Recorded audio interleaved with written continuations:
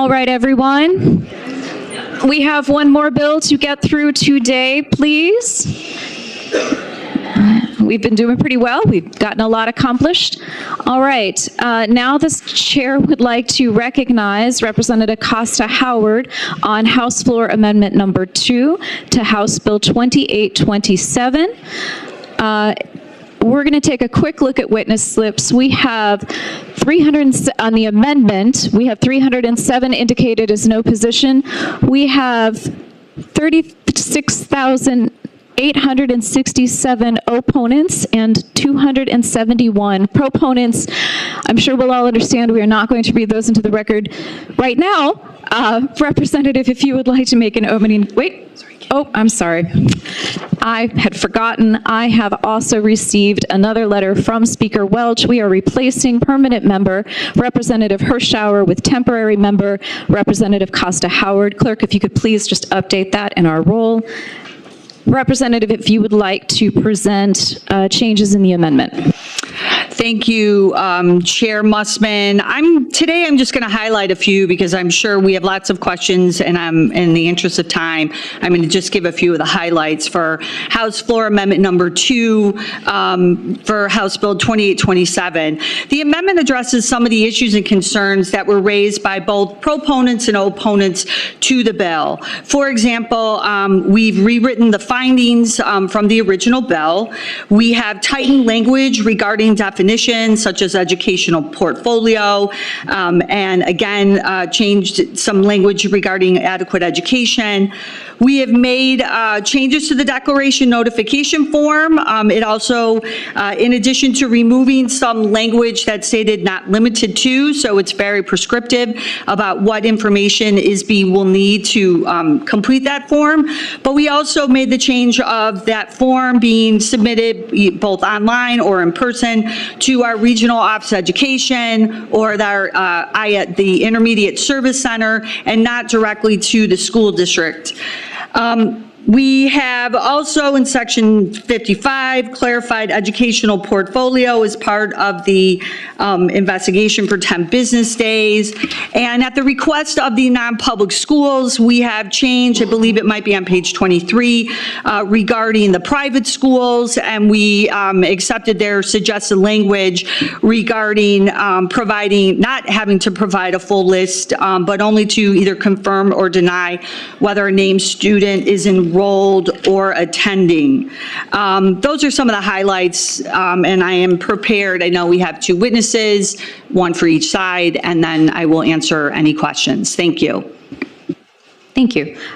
Is there a preference for how we go in order? I believe that we have Carmen Longoria Green on behalf of the Coalition for Responsible Home Education on Zoom. Carmen, if you would like to take yourself off mute, state your name for the record, and proceed with your statement. Yes, thank you. My name is Carmen Longoria Green. I am the board chair for the Coalition for Responsible Home Education, or CRHE. We are the only organization in the country founded and run by people who were actually homeschooled, and we exist to advocate for changes to the law to protect homeschooled kids. I'm here to urge the committee to vote yes on HB 2827.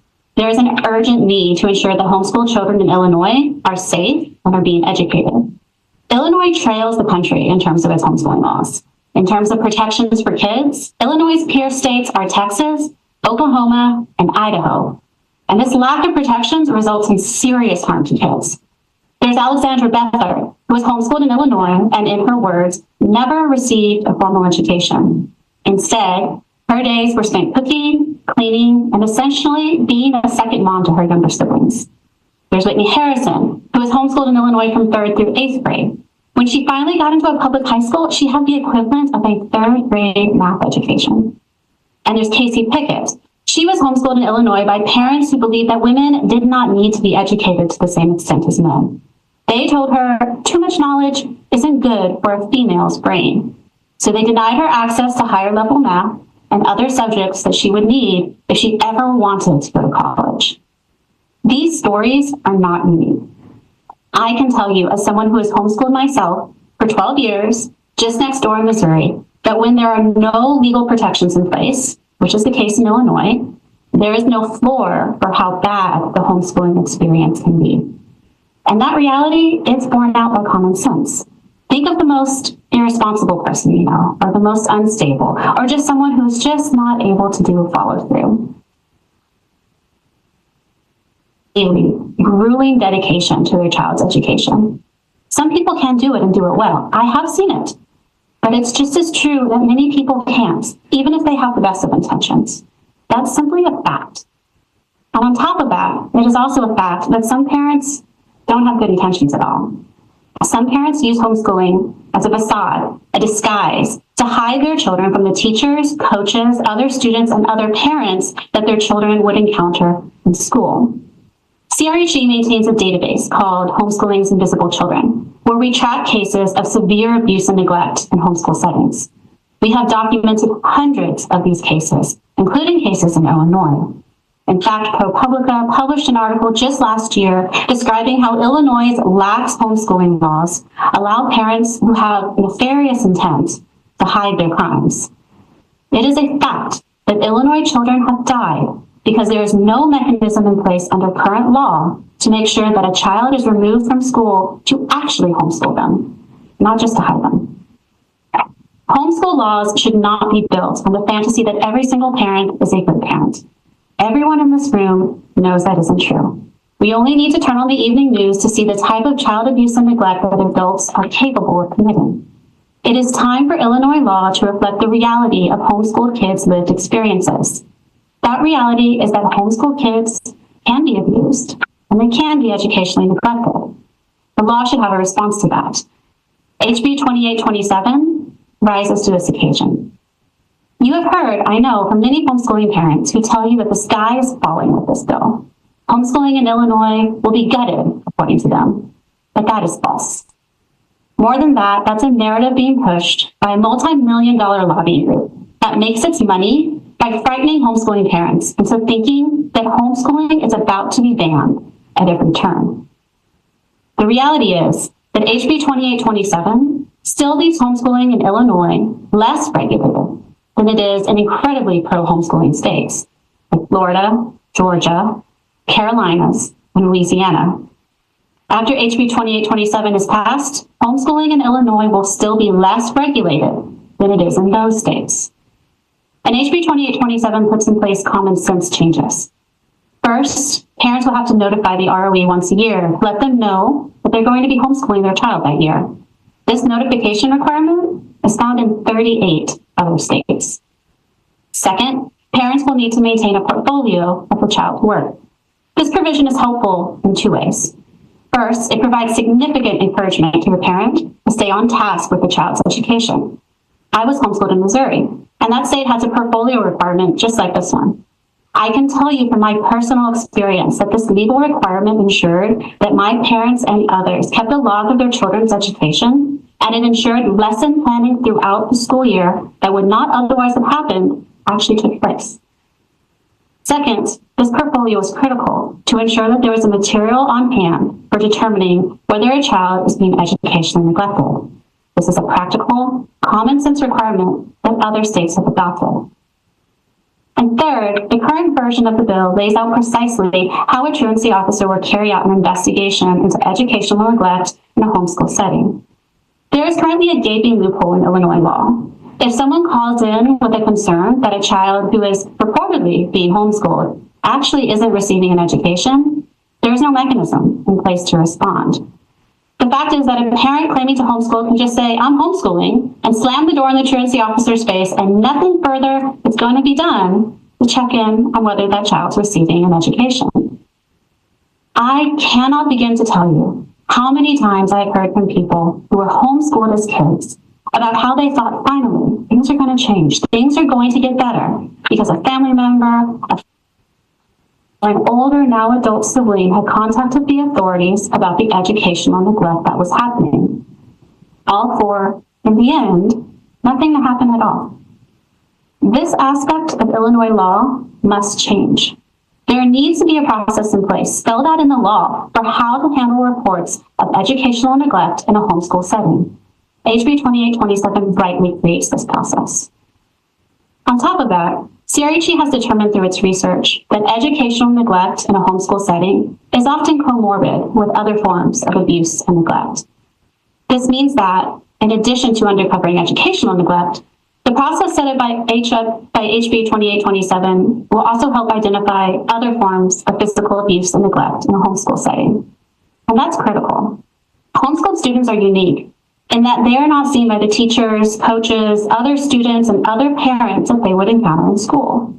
So the primary mechanism that our society uses for identifying cases of child abuse, which is namely, we trust our mandatory reporters and other adults in a child's life to say something if they see something, that mechanism doesn't exist for homeschool kids if their parents decide to isolate them. So it is important for there to be a mechanism in place, again, spelled out in the law, for identifying abuse and neglect in homeschool settings. I am a homeschool alum. I was homeschooled for 12 years. I am speaking on behalf of the thousands of homeschool alumni that CRHE represents.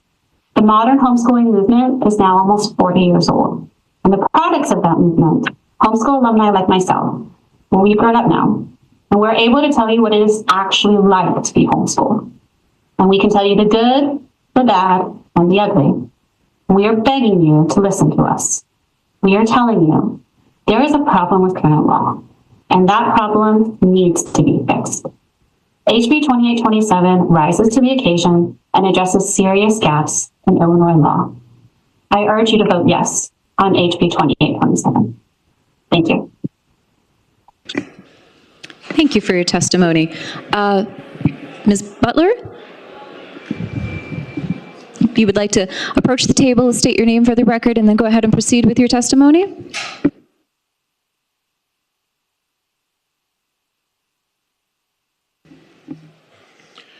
So my name is Pastor Chris Butler, and we were both hoping to address the committee, but we're told that only one of us would be able to. And so I won or lost the coin toss, however we want to look at that. So I give you my greeting and good morning to the chair and to all the distinguished members of this committee. I am Pastor Chris Butler. I am a homeschool dad of 6. I am the senior pastor of Ambassador Church, serving the city of Chicago and the South Suburban community of South Holland. And perhaps most luckily, I get to be the husband of the incredible woman sitting next to me, Aziza Butler. I'm here today to voice my strong opposition to House Bill 2827 and its proposed amendment number 002. The last time I got a chance to sit in this committee room, this incredible woman next to me, Aziza, sat before this committee and raised concerns about the bill in its original form. Concerns that if passed into law, this bill would demonize and criminalize homeschool families. That it would indeed overburden existing public schools. And perhaps most importantly, that it would significantly hinder a budding movement of parent and community-led education in Black and Latino communities. This is a movement that I know well. This is a movement that I am seeing grow up in my church and in the communities that I serve. And it is about this movement that I particularly want to speak to this committee today. This movement is not 40 years old. This movement does not have million-dollar organizations behind it. This movement is a grassroots movement of people desperate to save their children from schools and a school system that has failed a generation. I am here today as somebody who grew up in Chicago public schools. I am here today sitting next to somebody who taught in Chicago's public schools, and we too have grown up, and we too have something to say about the education that we received, and it is why people in our generation have stepped up and said we must do something different. I'm here today because, as amended, this bill still concerns me where that movement is concerned. Under amendment number 002, section 30 creates a rebuttable presumption that homeschool students are not truant if and only if a homeschool notification form was submitted. This still leaves parents, in my opinion, subject to Illinois' problematic criminal truancy laws if the form is not filed. And again, we serve the community of people who will not hear about this from the existing homeschool listserv, and there is no money in this bill to educate our communities that they are even subject to these rules. In another place throughout the bill, the threats of immediate criminal penalties have been replaced with truancy investigations and referrals to the state's attorney's office. I do not need to tell the distinguished members of this committee that the state's attorney's office is a criminal prosecutor. Replacing criminal penalties with criminal referrals is little comfort to that single mother on the south side of Chicago who has seen in homeschooling a glimmer of hope for her child, but wonders if the public system that has been funded to fail her precious little one is going to freely give him up without a fight. Amendment 002 contains new language that to me is deeply concerning. You'll find these words on page 40 of the amendment. Quote, the truant officer or county truant officer notified of a homeschool violation of section 30 of the Homeschool Act shall meet with the child or children complained of and make an initial determination whether there is cause to start a truancy investigation. I'll say this again, meet with the child to determine if there is a cause.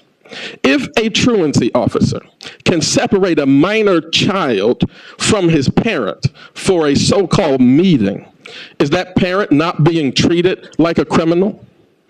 If a truancy officer can gain entry to a family's home without a warrant, whether welcomed or unwelcomed, is that family not being treated like criminals who have forfeited their rights?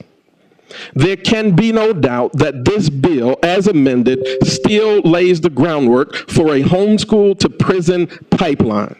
And that is something that none of us should take lightly. But Amendment 002 goes further than that. Goes further than the original bill in that it not only attacks homeschooling families, it seeks to undermine the networks of communities and resources that support homeschoolers and help them find success. Organizations and communities like We School that my wife leads. Section 15 of the bill on page 3 creates a draconian new definition of homeschool to mean a program, quote, a program where instruction is provided in a student's home environment and which may have more than one student so long as the student in the homeschool are members of the same household. It goes further to specifically state that homeschool does not mean a group of 2 or more households who provide full-time instruction under an agreement. This definition introduces a massive amount of uncertainty and precarity around the legal status of organizations like We School and hundreds of other co-ops, micro schools, and innovative learning communities that are growing up all over our communities. Do those organizations have to become register as non-public schools? Do those parents participating in those programs lose all of their rights? Are their children considered chronically truant because they are working together to educate their children? The question here is, if this legislation is about protecting children from abusive situations, as the proponents have suggested, what is the logic of coercing families to retreat from community into their homes, retreat from spaces where they would interact with other children, with adults outside of the home, and even come in contact with mandated reporters in churches and in park districts and in other shared spaces? I continue to be concerned about the administrative burden that this bill places on our public schools. Some adjustments have been made, but these public schools are still being tasked with the creation, distribution, processing, and maintenance of this new form that tens of thousands of families will be bringing. The district is also charged to perform portfolio assessment. Now, I'm somebody who, in the early part of my career, spent a long time trying to move us away from standardized testing to portfolio style assessment, but we have no robust system in place to do portfolio style assessment. There is no new funding allotted in this bill to support our public school system in taking on these responsibilities. But again, Amendment 2 goes further. Not only do local school districts and the State Board of Education get saddled with these new administrative responsibilities, the new amendment will add unnecessary caseloads to state's attorney's offices. If you live in Cook County like me, you would rather have the state's attorney investigating and prosecuting much more consequential crime. This will balloon the caseload at DCFS, an entity that investigative journalism has already shown is badly stressed and in crisis. This bill is different in its amended form, but it still is just as harmful to the future of education in Illinois because it is harmful to this movement that I am so passionate about. Those who support this bill have argued to us that the bill is just a form, a simple administrative process that all the rest of the states are doing. Well, can I point out something that Illinois is a state that is a leader on a lot of justice issues, and I think we ought to be proud of that, not ashamed. Can I point out that all of those 38 states that are pointed to, not one of them has in the last 10 years passed a single law that makes homeschooling more restrictive, and many of them are passing legislation that makes homeschooling less restricted in their states. We are not an outlier, we are a leader, and we should be proud of it. The logic that this bill is going to just be a form wants us to assume that a simple administrative process cannot harm anybody, but that logic is flawed. It is why you cannot ask somebody about their race on a mortgage application. It's just a question. It is why an employer cannot ask a female employee if she plans to become pregnant. It's just an inquiry.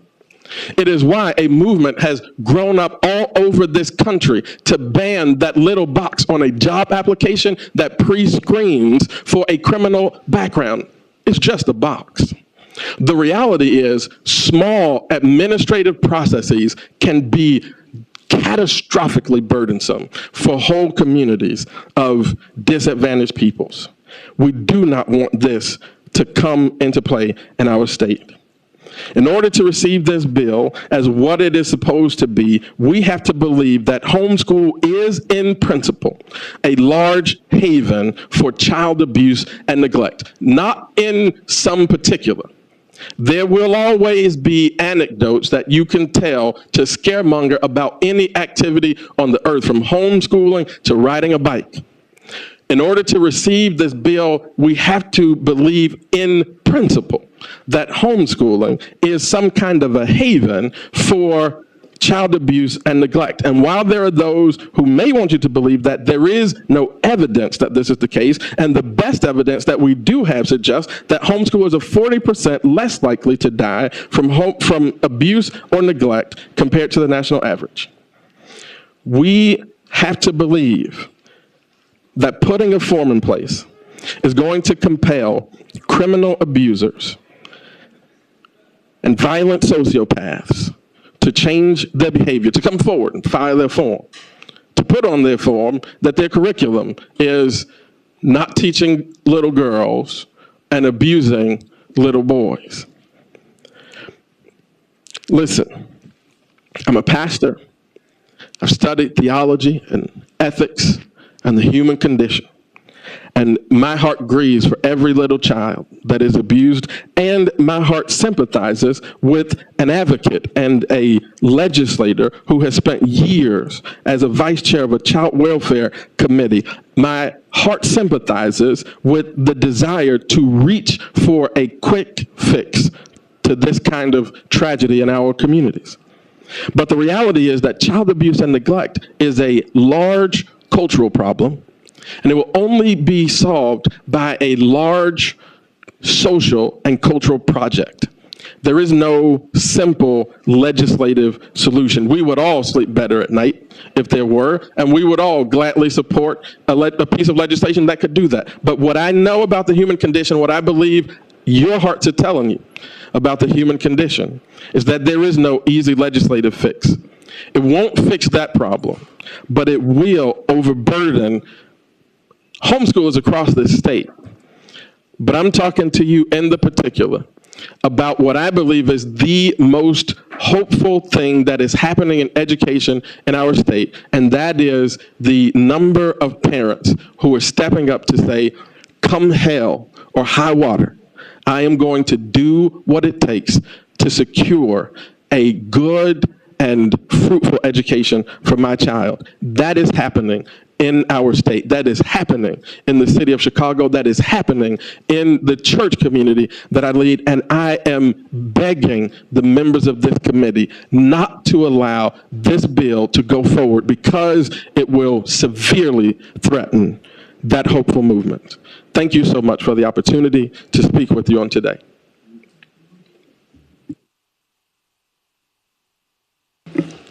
Chair, do you want to just go to questions, or can I have a second to respond and make sure that the record is clear with some of the language through the testimony, whatever you would like me to do? I think it's okay if you go ahead and respond to some of the pertinent points. I do believe the State Board of Education is also in the room and available to respond to certain points that were brought up. We want to make sure that the record is accurate. Thank you. Thank you. So first I want to talk about the issue of criminal truancy that was brought up. I want to make the record clear, both Virginia and Wisconsin use their truancy statute, which is the same as ours, as their enforcement mechanism. So if the issue is you don't like the way the truancy statute is working, well then we should go back and take a look at the truancy statute, but that's not this bill. So this bill is not the first in its nation. We would actually be the third that's actually using truancy law as an enforcement mechanism. There is nothing in this bill that states that a truancy officer would separate a child from a parent in a conversation. There's nothing in the bill that says that. So I want to be clear that the reason that language was added was at the request of homeschool families that I met with, as well as the Senate. So they felt it was important for people to meet kids so that kids would be able to tell how their experiences were going. And again, this was also at the request. I have been meeting with homeschool families, not just my constituents, frankly, more than, no, sir. Can you please turn your microphone? You'll get a chance to answer questions, but it's my turn. Thank you. So I want to be clear that I have spent a great deal of time, as represented, as chair has as well, meeting with homeschool families across the state of Illinois.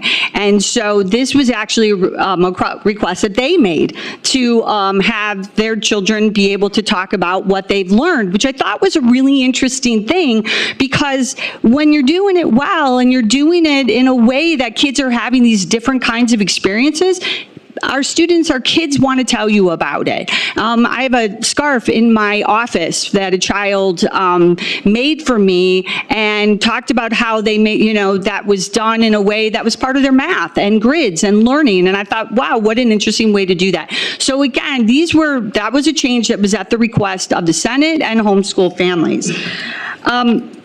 The comment about, on page 3, about changing the definition of homeschool, that's incorrect. That was actually language that was from the original bill. It's also that we would be required to treat them as a private school, and so it's a little bit different there. And again, I think some of that language was about not full-time.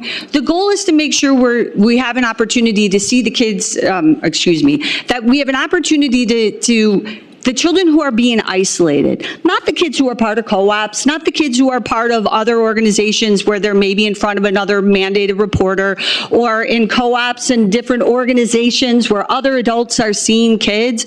We're talking about kids who are being isolated. That kid like Zion, who was pulled from school and nobody saw him.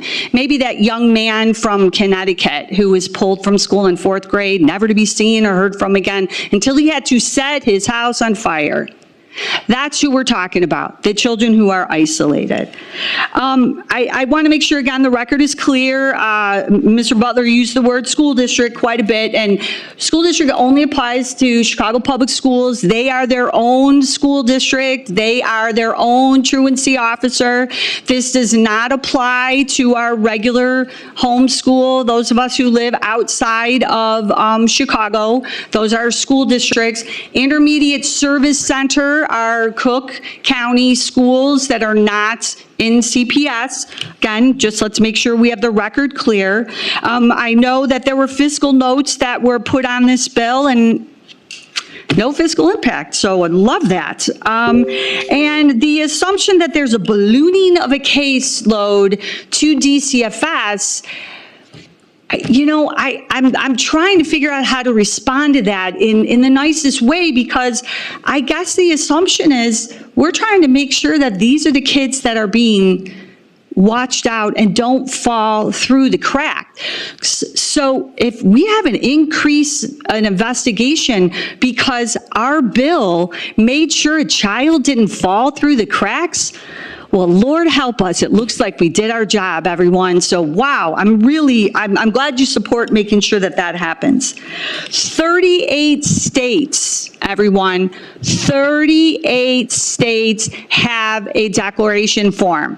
There is nothing in this bill that makes it more onerous than in the 38 states that are doing this. That is a fact. I'm ready for questions, Madam Chair. Okay. I'd like to request that the State Board approach the table so that we can just explain on the record the differentiation between home schools, co-ops, and private schools. I know there was some question, and I'd just like clarity. Thank you.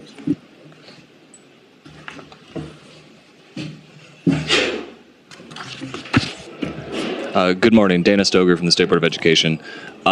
If a student is in a home and receiving an education outside of their own home, that would be considered a private school and they would need to be registered. Okay, moving on to questions from our committee. Representative Johnson, you were up first. First, I do want to thank the pastor and his wife the past couple weeks for your testimony. I cannot wait to see what great things your 6 kids are going to accomplish in life. I'm looking forward to that. I spoke a couple weeks ago, and I didn't, about little Zion, who was in my district in Rock Island. And since I asked the sponsor and questioned her a couple weeks ago, I will tell you, we will all take images of her, and forever etched within me will be this vision of this little boy that was found months later in his Spider-Man pajamas dead. I will never, ever get that out of my mind. I will not. And I asked, or the fact that the mother basically said, the reason no one's going to know what happened here, I'm just going to tell them I'm homeschooling my child. And that is something that is really problematic for me as I continue to go back and forth on this bill. But, you know, I'm proud to serve. There's 118 of us in this chamber, and we all come from different places. And we've all gotten a lot of mail. I have gotten, I would say, a lot more in support of this legislation as opposed to early on as we get going. But I think we're all going to pick one particular issue that's important to me. And I will tell you, I'm a very, very proud girl dad. And the things, the letters that have the most impact on me are when I hear from young ladies now who were homeschooled who say, you know, when I was growing up, I was told that I was going to be educated. I could not be an engineer. I could not go into this field or this field. My parents told me that was unattainable for me. Is there anything in this bill that, because I believe that every child should reach their fullest potential, and I don't think anybody, including parents, should ever be able to mute that voice or mute that potential. Is there anything in this legislation that would create an environment in which these children that would happen to be in that environment can reach their fullest potential, such as pertaining to curriculum. Thank you. Well, Representative, I mean, yes, there's mandated subjects that have to be taught. That is already currently in statute, and that's what it is. There's no curriculum requirement that has to, you know, they don't have to take the curriculum from the public schools if that's what you're asking. There's nothing in the bill that requires it, but it does require that subjects, language arts, math, physical science, behavioral science, or I'm sorry, not behavioral science, excuse me, physical science, biological science, social science, fine arts, physical development, and health. All of those subjects would have to be taught. So respectfully, am I able to speak at this time? So, Mr. Butler, I'm going to allow you to make a statement, but I do want to point out that you were allowed to make a statement in opposition to the bill, and that you have done that. It is not your role then to act as the opponent at large to speak to any contradictory point that is made up. So you may make your statement, but I am going to somewhat caution some things. Thank you very kindly, Madam Chair, for the opportunity to make a brief statement. I do just want to say that even according to what we just heard, all of the things that are said to be prevented by this bill are already against the law. And while, you know, some of us may be able to make throwaway lines about the city of Chicago, that's where I live, it's where I do my work, it's what I think about, and I would ask this committee to think about it. And this, there's nothing in the bill that says separate a child, but there's nothing in the bill that says that you can't.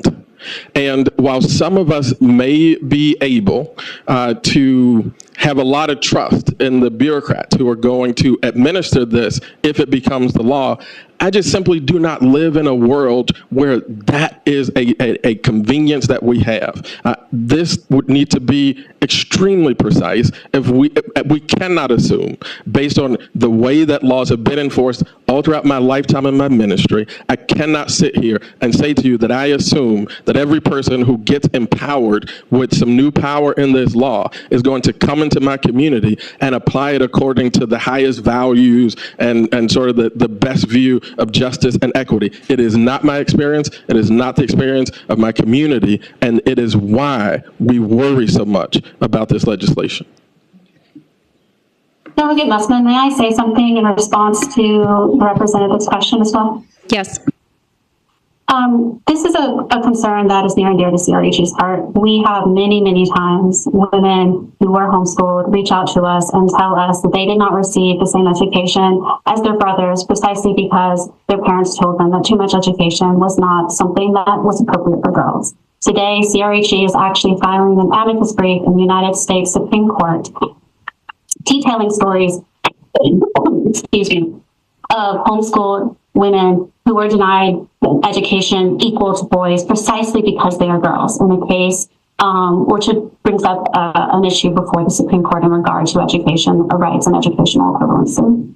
I would like to say that CRHE feels that this bill provides tools that are necessary to help young girls who are in this situation. It is very common that a grandparent, an aunt or uncle, or an older sibling who is now an adult and has left the home is aware that a minor girl inside that home is receiving an education that is not equivalent to what the boys in the home would receive or what boys would receive in a public school setting. We have had many situations where that concerned family member or family friend reaches out to the authorities and says, this girl is not receiving any math education or any science education. The only thing that she's allowed to do is learn homemaking. And because the authorities do not have the tools to respond to that situation, they do not have what this bill lays out, which is how a truancy officer would investigate a case of educational neglect and make sure that the students were receiving an education equivalent to what they would receive in the public school. Because they don't have that tool set, nothing happens. That has happened so many times. I have lost track of the number of older siblings and concerned family members and concerned family friends who have spoken to me crying because they cannot convince the parents to educate the girl, and they cannot convince the authorities to do anything about it because the authorities believe their hands are tied. The authorities will no longer believe their hands are tied after HB2827 is passed, because there would be a mechanism for investigating educational neglect. And a girl who is just not receiving any higher math education whatsoever through high school, that girl is going to be deemed educationally neglected under this provision because she's not receiving any math education through grades 9 through 12, which is the concerns that we run into consistently. So for that reason, we do think that HB 2827 responds to your concerns. Thank you. Mr. Johnson, are you finished? I am. Thank you very much. Once again, thank you to everyone. But I will forever fight for Zion and for those little girls I'm talking about. I just want to make that clear. Thank you. Representative Yang-Rohr, you were next. Thank you, Representative Costa-Howard. I just want to first thank you for all the work that you've put into this. I know it has taken a lot of time and has taken many, many meetings with your constituents, with probably constituents from around our constituents and from around the state. I want to also make sure to thank my constituents who have come to me to talk with me about how this bill would affect them. I have had the privilege over the past few weeks to meet with a number of homeschooling families in my district. It is clear that they are so caring, so competent in how they are approaching homeschooling, and being able to see some of the things that they're able to do with their families, with their students, has been really incredible. I'm glad that they have the option, the ability to be able to help their kids achieve their full potential.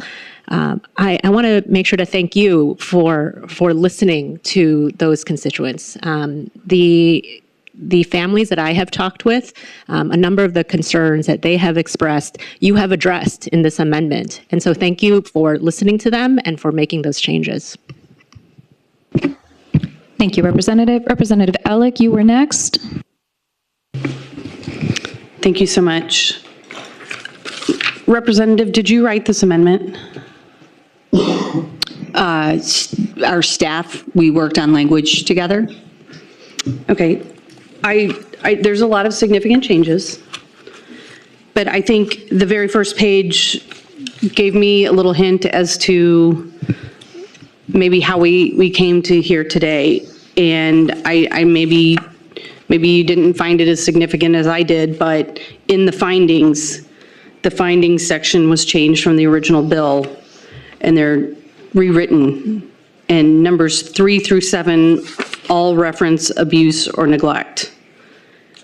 Number 4 says that, it conflates homeschooling. When abusers take students out of school under the false pretense of homeschool, it conflates legitimate homeschool with abuse and threatens the rights of those families who homeschool.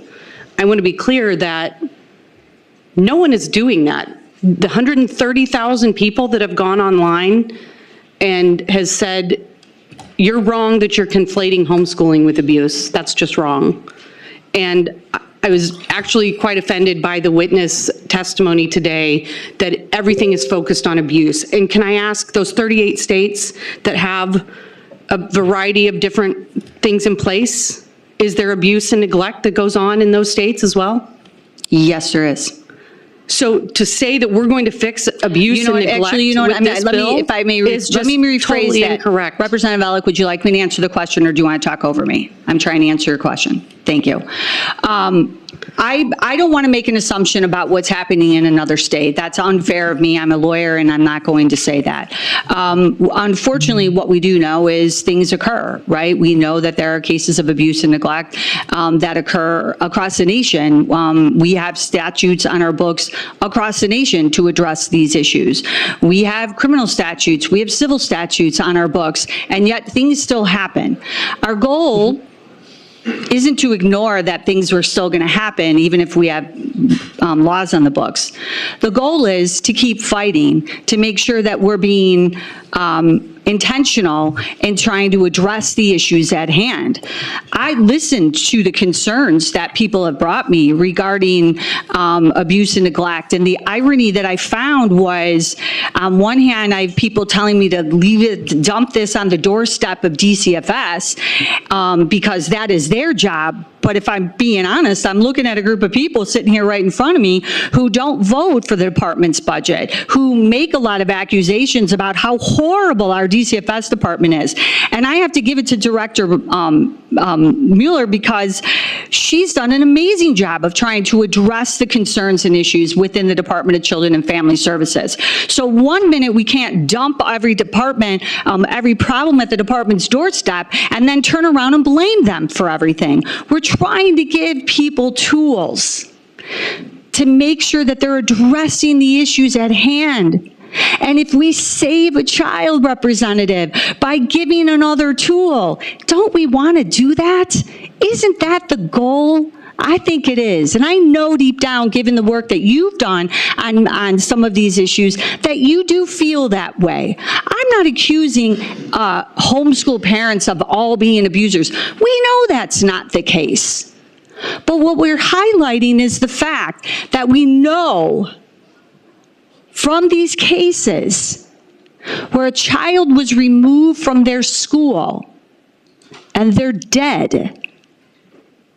That's what happened. And we're putting another tool into place. This is not an accusation. We have a fact that we have a problem, and we're giving another tool to address these issues. Next question. Well, that actually leads perfectly to my next question, because it's still in the findings, as you've discussed how important it is that DCFS have funding, you've also put in the findings, the state does not have an adequate system to further investigate signs of abuse. Number 6, the state's lack of process to investigate signs of abuse further delegitimizes homeschool as a viable alternative. Those are the fault of the system. Let me answer that for you. So as you've heard in testimony repeatedly, and again, the way it works in an investigation with DCFS, if an investigator goes and there's an allegation of abuse and the parent says, we're homeschooling, there's no mechanism for an investigator to talk to a child. They don't go, if the parent closes the door, there's nowhere for them to go. They're not in front of other mandated reporters, so the investigation essentially ends. So it's a tool, Representative, and that's what you want to give, are more tools. Certainly, but guess what? When a parent says at that door, I'm homeschooling, I've filled out the form, it also ends. How does that really affect what's going on the other side of the door? A notification, declaration, whatever you want to call it, and I'll save that. That doesn't mean that we are catching the signs of abuse in the system that is failing the kids. The homeschoolers are not failing the kids, the system is. Well, we know that we have cases, and again, you heard from at the last hearing testimony from one of our alumni who's actually doing the research on it, and so we do have cases, and I'm disappointed that you're unwilling to acknowledge that there are cases of neglect and abuse that go on in that situation. But again, I don't know what to say. We know that these things happen, but we also recognize that they don't always, that's not always the case. If you want to blame the system, then I'm looking forward to your yes vote on the budget that is going to actually be able to put those resources together. I mean, I'm excited to hear your vote and yes, this is gonna be great, because I think that that's the thing. It's super easy for people to just bam, bam, bam, all these departments, and yet you don't vote to actually give them the tools or the resources that they need. You just want to complain. Well, I'm not here to complain. I'm actually here to do something. You actually did complain. It's your language. You just said you all worked together on the bill. So you actually acknowledge that the monies that's gone into the system to DCFS has not solved the problem of abuse in Illinois. Representative, as you know, we're always going to have to be addressing these issues. And I'm sure that, you've been briefed, because in adoption child welfare, we have been briefed numerous times on new models that they are working on to make sure that families have the resources. Because we've heard about the situations where somebody maybe doesn't have enough food, or they don't have a place to live, or the child doesn't have a jacket. Those aren't cases that necessarily need to come into the system. Those are the cases that we're relying on to make sure that we don't have to do that. And we work on getting them the resources that they need, whether they're through their communities, which includes their local churches and their local community organizations. And those are the things that we're doing. And I'm sure that Representative Reich will be able to brief you on SAFE model that's being implemented. And again, it's about making sure that we get these resources out there. I mean, are there other questions about the actual fundamental pieces of the bill that you have? Okay. I actually do. Yes, thank you. Why did you change the language from a declaration form to a notification form? It was a recommendation that was requested. What's the difference in a notice or a declaration? It was a request that was made, Representative. You wanted us to listen to people, and so we did. By any chance, you know what, I'll move on past that. I think we need to go back to, because I'm not sure I'm clear on the co-ops, the homeschool co-ops, and Dana, you might be able to, because you stated before. So 2 families that get together to combine resources on homeschooling are now a private school? Is that what I'm understanding? And they have to register? Under this act, a homeschool is defined as a school that is for one family, and if multiple families come together and create a new school, in that sense, that would be considered a private school. And they now have to register? They would need to register annually and attest that they are providing education. Interesting. It speaks to administrative burden. And by the way, I think you mentioned that these fiscal notes were filed and there was no fiscal cost. That's actually not true at all. There was a bit of a fiscal cost to ISB that they stated, but it also stated we cannot estimate the expense to the other various levels of the education system. When we were here previously, the ROE Association stated that there would be a cost. I actually see this as increasing the cost to the ROE, and I don't have an estimate of that. Do you have an estimate of the cost that the ROE Association or the ROEs would incur for the work that they're going to be doing on these forms? The state board can only estimate costs for us, and we estimated those costs at $1,500. Understand it, but so you have no Dana, estimate. what was that, $1,500? So you have no estimate, excuse me, thank you. Representative, so you have no estimate of the amount that the ROEs will be incurring at this point in time? We cannot make that estimate, no. Is there anything that's going to be in the budget that you speak so highly of that's going to reward the ROEs for this voluminous paperwork that they're going to be administering here? Anyone? I believe, what was in the budget for the truancy piece from last year? I think there was an increase, 12 million? Yeah, $12 million in the ROE budget specifically for truancy-related purposes. But not for filling out a form or receiving a form and making sure that the form went to the right place, correct? Representative, I believe that the forms are able to be received electronically so that there's no personnel time managing them hands-on. I believe that is part of the change. I just wanted to go ahead and put that on the record. Can we move on to further questions and not belabor the piece of paper? She asked for questions about the bill or the amendment itself, so that is where I was going with that, Chair. Thank you very much. I think actually, though, I maybe will just wrap up with, you know, everybody sounds like they've heard from all these wonderful people that are in support of the previous bill or the amendment. I've heard from 0, and I've actually heard 130,000 plus people that have filed witness slips over this course of this bill for opposition. These are the real families sitting here today. These are the real families out there that are saying, why are you doing this to us when we are providing a wonderful, loving service to our children, raising them up with maybe a religious foundation, an educational foundation? We are not the problem here. I am going to support those families. We're going to support those families. And it's a shame that you can't see that they should have a voice in this process too. So I'll let my colleagues speak. Thank you. Representative Willar, I think you were next. Thank you. How long have you been working on this amendment?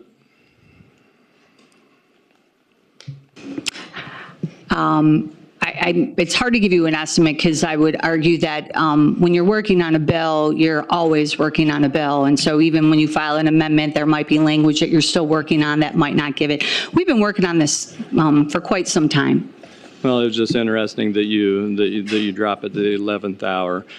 Representative, have you talked to any homeschool experts in the process of doing this bill, doing this amendment? Well, I'm not exactly sure how we define, and my definition of expert might be different than yours. And in fact, I've heard from a number of families who have been homeschooling for quite some time, both in my district and around the state and around the country, who, in fact, we had an officer in our office who moved from Ohio to the area, who is a homeschooler. And our bill is what they do in Ohio, and he didn't seem to have any idea. I would say him and his family are pretty well versed in multiple states. So yes, I've talked to a number of people who are doing it and doing it well and don't see any issues. The reason I asked that is the only expert that I see that you've specifically talked to and that is here is the people on the Zoom, and they're the ones that also think that people that support traditional American values are parental rights extremists. So I want to talk. I'm sorry, are you re-victimizing a group of homeschool alumni who have come forward to tell their stories? Am I victimizing? Well, no, you're suggesting. I'm not victimizing. I'm just pointing out the fact that you're getting expert advice from I didn't one say side that, and not the Representative. other. We had. Did you speak to the homeschool legal defense group that testified so eloquently here?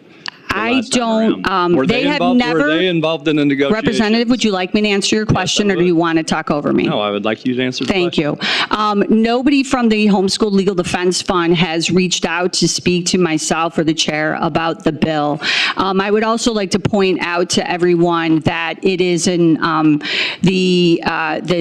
individual who testified at the last hearing is also one of the co-authors of Project 2025. And I think it's important for people to understand, if you look at any of their propaganda, I would also remark that they are all about school choice. And propaganda. So when I have never heard from them directly, other than him testifying here. Or being on an interview. If you want to talk about propaganda, the group that you got in here has an entire tab on their website dedicated to parental rights extremists. But I want to talk about the form. The form, is it limited to what's listed under the shalls and the mays, or is it still subject to? Nope, we removed that language, Representative. That was a request that was made, and we removed that language. Okay, so part of the mays is that they would include some of the curriculum. Is that a may on the part of ISB making this form, or is that a may on the part of the parent filling out the form? Yeah. Those would be considered optional on the form. Okay, so ISB is going to create is going to create a form where all of the shalls are going to be filled out for sure, and then there's a section that if the parents choose to do the mays, they can do the mays, but they don't have to do the mays. That is correct. Okay, good. All right. And on this truancy stuff, the fear is Mr. Butler alluded to it here. Are we setting up a situation where a truancy officer would meet with a minor child of somebody that, for instance, just forgot to fill out the form or filled out the form incorrectly? Go through the mechanics of how that meeting with the minor child would take place. Where is it taking place? What rights do the parents have in that situation?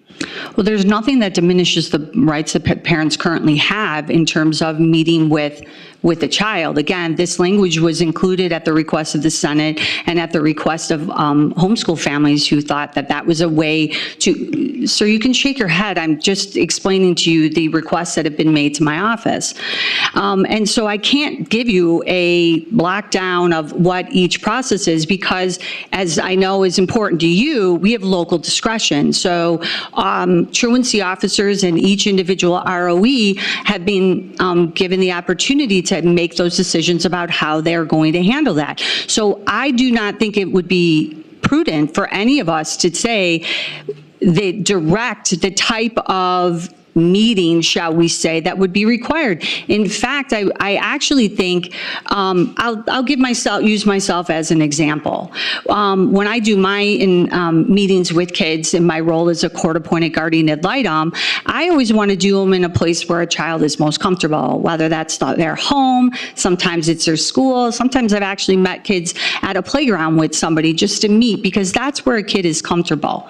So I don't want to tell somebody else how to do their job. I want them to decide in your district, in your community, how they would meet with a child might be something that's different than in mine, and I want to respect that. It's important for us to be able to respect that. Okay, well, what if you're having trouble facilitating that meeting? This is just so it's so wide open. I think we need clarity on how these truancy officers are going to approach a kid that's not in a public setting.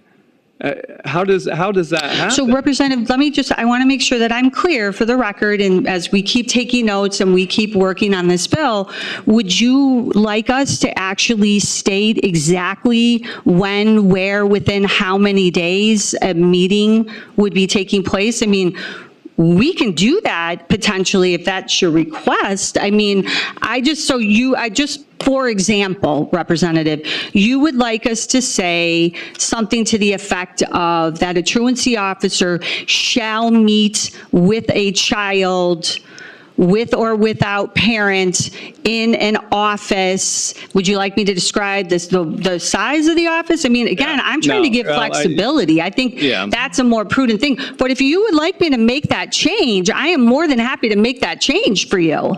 No, I mean, do these kids get an attorney? Are their parents? They're not, I mean, are their parents? Again, in the bill, to be present? there's nothing that says that they cannot. Would you like us to add that to the bill, sir? It may give a little clarity. I'm asking very specifically, Representative. Okay. Would you like me, Representative, could you answer my question? Because I'd like to know if you want us to put that in there. I just want to make sure that we're clear. I think that we need to talk about it, and I think that we need to clarify that's a it. question. And I think that we need to make sure that we're respecting both the rights of the student and of the parent. Absolutely. Okay. That's why I'm asking you. Do you want me to put that in the bill? I mean, Mr. Butler, what's your lack of clarity on this that you would like addressed? So, I think when we talk about with or without the parent, that is very problematic. The meeting is to determine if there is cause for an investigation, and there's nothing in that language that says that you cannot have the meeting without the parent, because right now it says you're meeting with the child. And again, I just don't live in a space where the families that I work with are filled with trust in the local school system and many of the local bureaucratic systems that they are going to have the best interest of that parent and that family in mind, which is why I must continue to press on this fact that it feels onerous, and it will almost certainly lead to harassment, over-investigation, demonization, criminalization, if nowhere else, definitely in the spaces where I am. Yeah. So if I may respond, sure. I want to point out a couple of things. What we know is that, for example, and I know you'll be supportive of this, if there is a hotline call where a doctor in a hospital where there's an injury, a child is interviewed and spoken to so that doctor can determine what happened and whether or not they need to make that call. We want a child to be able to say what happened. And so we left it open in this bill, but that's sort of the concept that we were thinking of in an abuse investigation or an injury to a child that went to a hospital. I think we'd all agree that we would want that child to be interviewed and have a conversation with them to determine whether or not, a recommendation and what needs to happen. We wrote this in a way with that in mind, but I guess we cannot have it both ways. So we can either be proscriptive and say exactly how and the setting and such that it needs to be, or we leave it to local control and discretion, which I know is something that this front row feels very strongly about. So I can't do both. I need to decide one or the other. So tell me what you would like it to say, Representative. Well, I mean, all I can say is that you have a clear history of pushing bills that don't pass judicial scrutiny. So I would like for things to be a little more. I would really like if we could leave the personal comments out of this testimony, Representative. I believe that'd be fantastic. Thank you. On both sides, I would like us to tighten this up, and we do need to keep moving. We have gotten a bit of an extension, but I believe that we have at least 3 more speakers, and we need to keep this tight. Yeah. Are you finished with your line of questioning, Representative? No, I'm not. No, I'm not. Could you please speed things along? There are other people that are waiting. I've been thinking that for the last 2 weeks that we've been waiting on this to come back.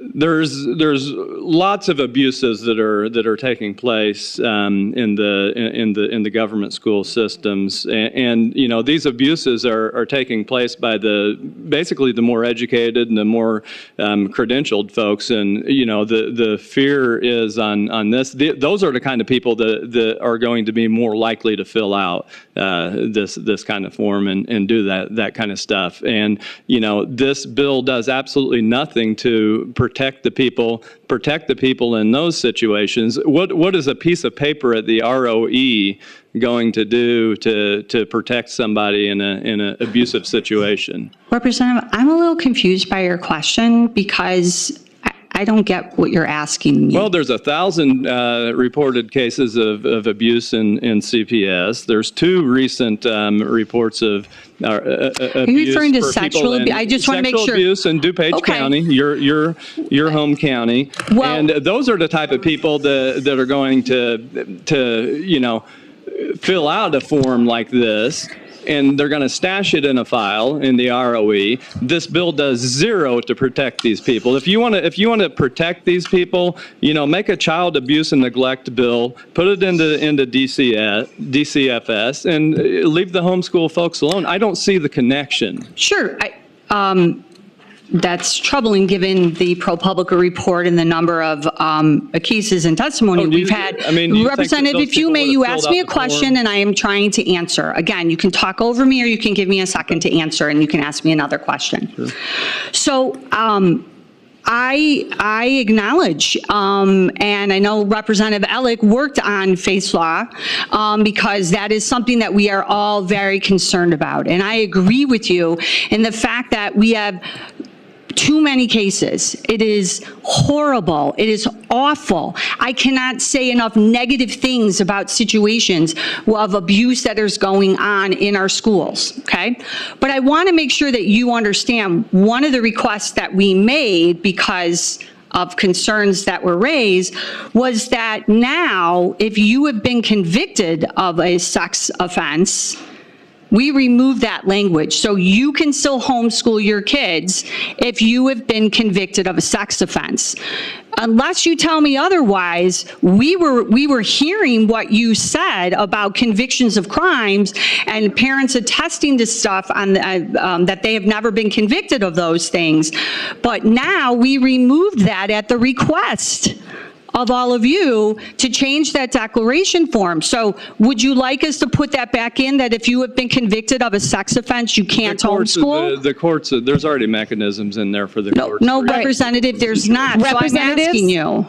The administration from on high has asked that we put ourselves on a timer and we wrap this up. Got it. I'm going to remind everyone that should this bill proceed, there will be many opportunities for us to share continued feedback in the Senate if further amendments would like to be made. This is a living process, and I'm going to move on to the next questioner.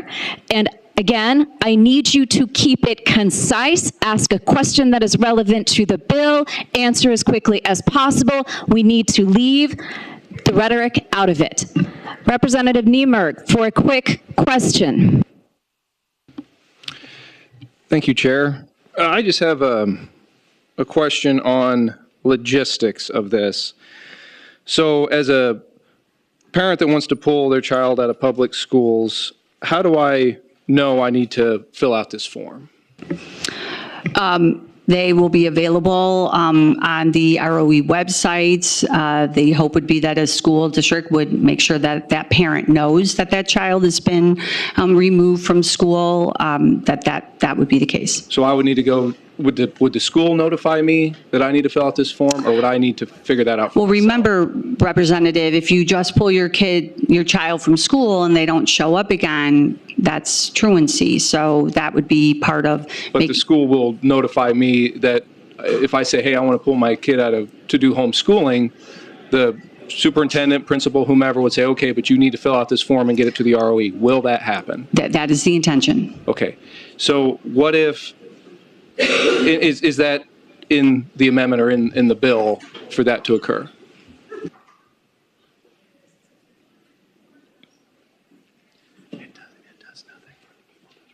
I think that is the thing that is currently going to be understood. Perhaps that is a detail we can add. Actually, many schools already voluntarily have a separation agreement form that they encourage parents to fill out. Representative, you have a minute and a half to go. Yeah, go ahead, sorry. Okay, so what about current homeschoolers? Will they be notified that they need to fill this in within 3 days? Yes, and I would suggest that given the rhetoric that has gone on, that I'm sure most homeschool families are quite aware of what is happening right now. But we are working on that. We are working through that issue. JCAR, there are rules that will be promulgated as well, but we are working on that, and we will add that to our list of language that maybe needs to be tightened up in a future amendment. Okay, and as far as notification, so if I fail Oh, I'm sorry, Representative, just to update you, current homeschoolers would have about 1.5 years to make sure that this is taken care of, but we will work on that amendment as well. Now, if I fail to report this form in 3 days, who notifies the truant officer that I'm truant and didn't fill this form out? The Regional Office of Education will be aware, since remember, that's where it lies now, that's where the form's So the ROE will tell the truant officer, hey, this form hasn't been filled out. Now, is there any mechanisms of, hey, a phone call, something saying, you didn't fill this form out, it's been 3 days, can you get this done for us, or does the truant officer just show up? Nope, that's the intention, again, is we just want people to be compliant. We're not trying, there's no gotcha involved, we just want people to be compliant. So that's why the bill builds that in, to give people that opportunity. So a truant officer won't show up at somebody's house if they fail the 3-day requirement. How does that work? How does the truant officer I can't show tell up? you that, because that would depend on the individual Regional Office of Education and how they decided to proceed. So as it's written, the ROE is saying, okay, this person is in violation. The ROE, after 3 days, can just send the truant officer to that home. They have the authority to do that. I'm sorry, I thought the chair was about to say something.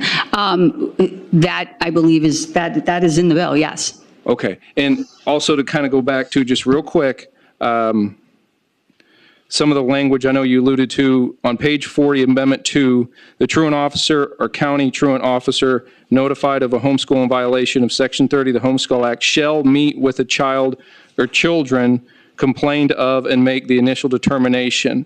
I know you talked about, changing language in there if we recommend it, but I guess my concern is, if this form, if I fail to fill out this form, get it to the ROE, 3 days have lapsed, the ROE calls a truant officer, they come to my home, and they conduct a investigation, interview my child without me present, the way it's written, I have very serious concerns with that. I understand that there's nothing in the bill that says the parent cannot be there, so let's remember that. Again, it's an opportunity this is that tool to make sure a child didn't fall through the cracks and be able to make sure that that child is okay. Okay. Representative, we need to move on. Clerk, we have members that need to move on to other activities. We are going to move to a vote and then come back to very quickly finish our questioning. So Representative Johnson moves to recommend that floor amendment number 2 to House Bill 2827 be adopted. Clerk, could we please begin the roll with Representative Blair Sherlock? Blair Sherlock? Yes. Could we also question Representative Johnson? Do you need to? Johnson? Yes.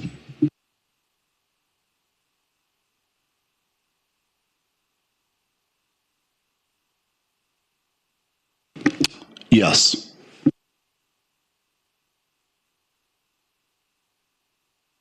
Okay. Representative Swans, we'll let you finish. Representative Mason, you have 3 minutes for a question. Thank you. I'll be shorter than that. I don't know if this is a question for the representative or for Dana, but there are 38 states that already have a notification or declaration form in place, correct? Yes. Okay. I have been delving into that and researching, and I have not found anything blowing up, anybody complaining of undue hardship, any newspaper articles, any research articles, nothing about, oh my gosh, homeschool is collapsing because they have to fill out a form once a year. Are you aware of any situations like that? We are not, no. Thank you. Oh. Okay, are you finished It's with a your form. questioning, Representative Mason? Excellent. Representative Swanson, you have 3 minutes. Thank you, and it's an important matter that we're discussing here. It's too bad we got to be on a time strain. Couple questions. First, a comment. I was really upset to hear the presenter on the Zoom say something to the effect that parents hide their crime when homeschooling children. That really, that hit pretty hard. I think that was way off base. Also made a comment about its money being made by curriculum organizations, by those selling products. No, it's about safety, love, family, and God for those families. Homeschooling is what it's about. It's not putting money in the pockets of people writing curriculum. And also exception from people out of state telling us how to raise our children here in Illinois. That offended me. But I would like to ask Pastor Butler, you made a comment. I think this should be brought up and you given the opportunity to maybe expound on it. You said this demonizes homeschool families and specifically attacks the Black and Latino communities, movements, grassroots to save children from public schools, with empathy, the ability to understand and share the feelings of another.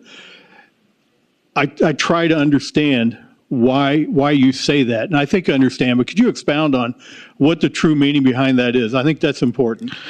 Absolutely. It's very similar to the representative who had to leave. I won't ever get the first face of Shamari Salter. He was the first young man who was gunned down in Chicago who I had to funeralize. And the number of faces representative now are too many and too painful even to try to recall. And I know that the difference between me and those young men that I funeralized is that I happened to get on a route to select enrollment schools and these types of minor options. What you have in Chicago, I can't tell you about all over the state. I can't tell you about 40 years or anything like that. I can tell you about Chicago. I can tell you about Black and brown communities. I can tell you that what is going on there is that people are trying to save their children's lives. And we too, what my wife is doing at We School, she's trying to give people tools. They're called homeschooling tools. And if you were telling those parents to look in the face of a public school system that is run by folks who do not believe in this kind of choice and trust them with these tools that this bill is going to create, we cannot do that. We do not believe that it is going to do anything except for short circuit this movement that I think has given a lot of people hope. Thank you. And by categorizing these schools, this is probably a question more for ISBE, by privatizing the schools and calling them co-ops now, does that establish a gun-free zone around those schools? I'll have to get back to you on that one. Okay. I don't have that answer at this time. Yeah, I mean, I think it's kind of an important point too. I mean, what's that mean to us? And just to highlight the 37,562 people who signed witness slips, thank you very much. We're listening to you and we're trying to get this fixed. Thank you. Thank you, Representative. Representative Croak, you are our final speaker. Thank you, Chair. Representative, I do want to say I appreciate the fact that you are taking a lot of the advocates into consideration with this amendment. And I actually want to say I appreciate the fact that you waited this long to bring an amendment, because I think you were waiting as long as possible to get feedback, to have something that was as fully cooked as it possibly could be. And even the fact that you're sitting here still taking input and willing to work specifically on this truancy officer issue, because I will say, you know, as my understanding, and I cannot speak for a situation that Mr. Butler, in like a situation that he may experience or within his community, you know, my understanding is a truancy officer would really only have a situation where they would pull a child away from a parent if there was immediate danger. And even then, I don't know if they would have that ability, because they're not really technically a peace officer, a police officer. But again, you know, if someone feels emboldened to do that, I can't speak to that scenario. So if that's something that you're even considering, I appreciate that you're taking that feedback right now. I noticed that the Catholic Conference of Illinois is not here. Did you work with them on this language? Yes, we did, and I'm sorry, Rabbi, you know, you're here, so I'm going to gesture to our friend, Rabbi Shlomo Shroka. We met with them, and this is actually the language that they suggested, and so we took their suggestion, and yes, because this is what their request was as well. And I think, you know, it's fair to say that if a parent is paying for private school, they're not necessarily you know, they're being seen. But yes, this was language that was directly given to us by those organizations, and the Catholic Conference was one of them. Yeah, I appreciate that, because I do also believe in my child getting a religious education. I send my child to the local Catholic school, and that's very important to me. But I also believe in the bill that you're trying to present here, and I appreciate you taking the feedback of the Catholic schools into consideration. And obviously, Rabbi is not part of the Catholic schools, but represents a large contingent of the private religious schools. I do actually want to point out something that Representative Alex said, because I think it's important to highlight that a piece of paper is not necessarily going to prevent some of the atrocities that we're hearing about. You mentioned that this is a tool. This is a tool, and it's not a magic pill. But this is something that could help like a single child. And it seems like a low barrier. It seems like something that is very minimal that could just prevent one child from being abused. And I think that's very important that we remember. And again, this is like 99.9999% of the children that are being homeschooled are being done in a loving, caring, beautiful environment by the most amazing parents and people that the state has.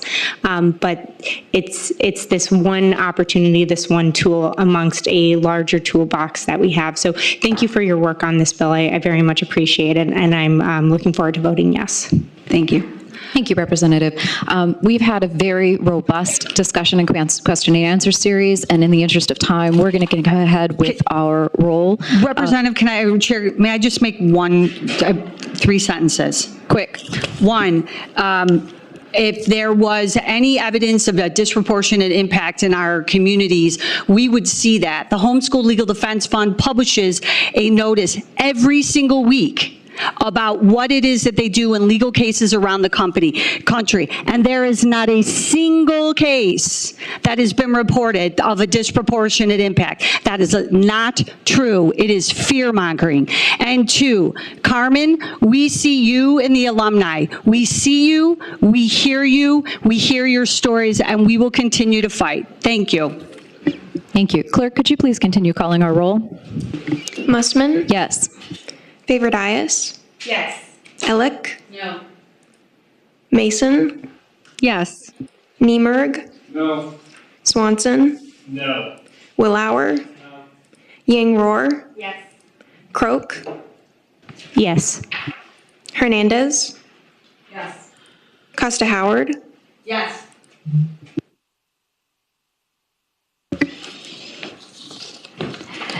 There being 9 votes in favor, 4 voting opposed, floor amendment number 2 to House Bill 2827 is recommended for adoption and will be favorably reported to the House floor. There being no further business to come before the Education Policy Committee today, the House will stand at recess to the call of the chair. Thank you, everyone, for the good work today.